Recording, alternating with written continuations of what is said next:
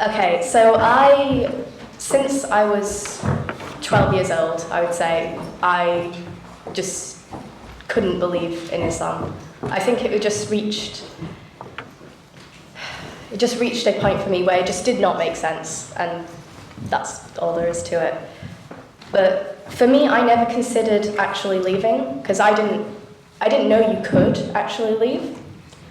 And I was indoctrinated by my parents and told that no one ever leaves Islam. It's such the fastest growing religion in the world or something like that. So why would you leave? And for me, mainly, I went along with it because I just wanted to please my parents, I think. I mean, now I can look back on my parents and I see a control freak of a father and a doormat for a mother. But when I was younger, obviously, as children do, you just look up to your parents and you want to please them in every single way possible. And I guess that was why I just carried on with Islam and just said to everyone that I was still a Muslim, even though I didn't believe it. Okay. Anyway, for me, I think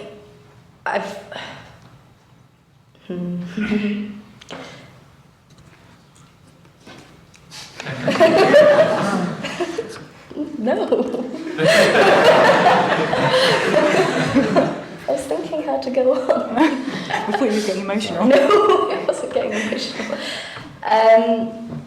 My parents are both university educated, and I think because I couldn't please them in being a Muslim as I wanted to, I think for me university became something almost idolised for me. And it was just, there was never a choice in university. I had to go to university, and that was it. And maybe then my parents would accept me and love me just as much as my other siblings, because I was the second daughter out of three, and the youngest was a son, so I had no chance.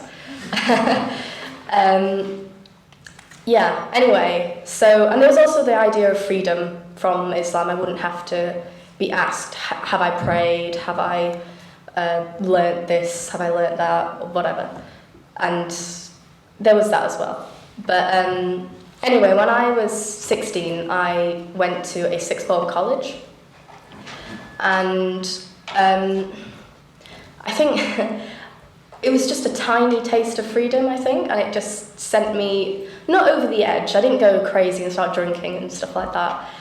It was just more, because I had to travel for about 45 minutes just to get to my college, and I think I was never allowed to travel by myself before that.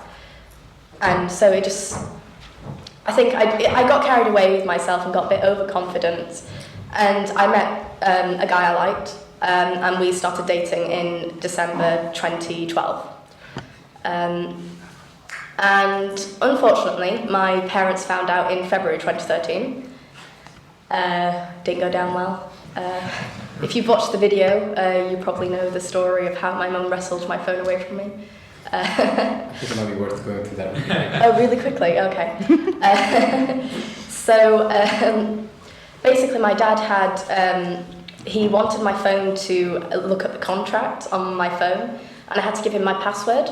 So I had just stood with him while he was calling and stuff, and he must have looked at my messages just quickly, and whatever he saw, he must have seen something to make him suspicious of whatever it was. And that evening, well, about 4 o'clock in the morning, my mum came into my room, and I woke up when she came in, and she went for my phone, and I lay on my phone just because that was the first thing I thought of doing, and my mum wrestled my phone away from me while I was half asleep. It was like a proper little wrestle. It was quite funny. Anyway, I fell asleep, and then my mum came in and asked me to go into their room. And they basically told me that they knew I had a boyfriend. And they basically said that they were going to pull me out of college, They would marry me off if they had to, and it didn't really matter what I said or did then. I managed to bargain with them, I guess, and I just pleaded for hours, and eventually I said that I would break up with my boyfriend if they would let me stay in college. Yeah. Anyway, they agreed to that, and I broke up with him that day, and I told them that I had, and it was fine. But then the next day, my parents just flipped, and I don't know why. I could not tell you why. I think my dad was trying to scare me. I'm not sure. They may have been serious. I have no idea. But they said that they were going to pull me out of college whether or not I wanted whatever I wanted to do, and that was it. And this time I didn't have anything to bargain with, unfortunately. And then they took my phone away from me. They took any form of contact with the outside world away from me. I lived in a village as well, so it was about a 45-minute walk to the nearest train station. There weren't that many houses around, and there was none of my friends lived anywhere nearby.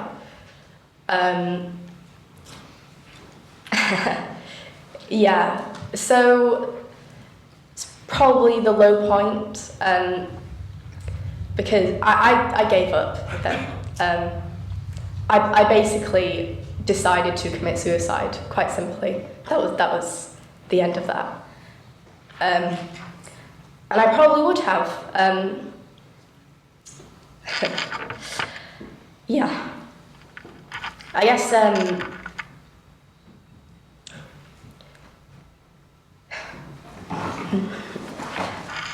it's quite a difficult thing to, first of all, talk about and to get over. Because once you've given up so easily and quickly, it's how do you go on from that, I think. And that's always been quite difficult. Anyway, luckily I didn't, thankfully. It was actually really, because I planned on having an overdose, and I had enough medication to take to commit suicide, and I think I just got scared and desperate, and so I was just searching my room for anything else I could have possibly taken on top of what I already had. And I came across my old phone, and it had about 2% battery. It had about 5 seconds to write down a number, and it had some of my friends from college's number on it. So I wrote that down, and I took my keys, my debit card, and because the way our house was is that I had to go through the kitchen to go out, so I had to walk past my mum, and I just told her I was going to go for a walk in the garden because we had a massive garden, and I literally ran away in the worst shoes I could have possibly. They were basically slippers, I'm not joking. And a lot of people ask me what I was thinking or what I was feeling during that time, and I honestly can't remember. Quite simply, I remember snapshots of what happened, really, and that's it. So I remember at one point there was a crossroads just outside my old secondary school, and my mum was driving along and I was walking like so. And she saw me, obviously, and she drove round and tried to get me into the car, and I had to hide in a takeaway to get away from her, which is quite funny. I just remember thinking at that point, did you know Assassin's Creed the game? I just remember thinking it was like that. It's the most absurd thing to be thinking about, but yeah. Anyway, like I said, I lived in a village, and I wasn't even halfway there to the train station, which was what I was aiming for. And I think after that, when I managed to get away from my mum, obviously, I decided that I just couldn't make it to the train station. So I I knocked on someone's door and asked to use their phone, and it was an elderly couple who I will always be grateful to. I can't even remember their names, unfortunately, which is really sad. But yeah, I know where they live, so. Yeah, anyway, I called my friend who called my boyfriend at the time, and they picked me up from that person's house. And that was actually the first time I met his parents, which was a very interesting first meeting. Okay, anyway, like I said, my dad is a massive control freak. And he started accusing my boyfriend's family of abduction and all sorts, and he accused my boyfriend of raping and abusing me in every single way. He actually went to the police with this, but luckily it was okay and no one was arrested, luckily. Yeah. Anyway, so my parents calmed down after a couple of days. I stayed at my boyfriend's, and eventually my parents acted normal enough to convince my boyfriend's parents that it was safe for me to go back. I guess I knew better, but I just didn't want to go back because I was just so scared after what happened. And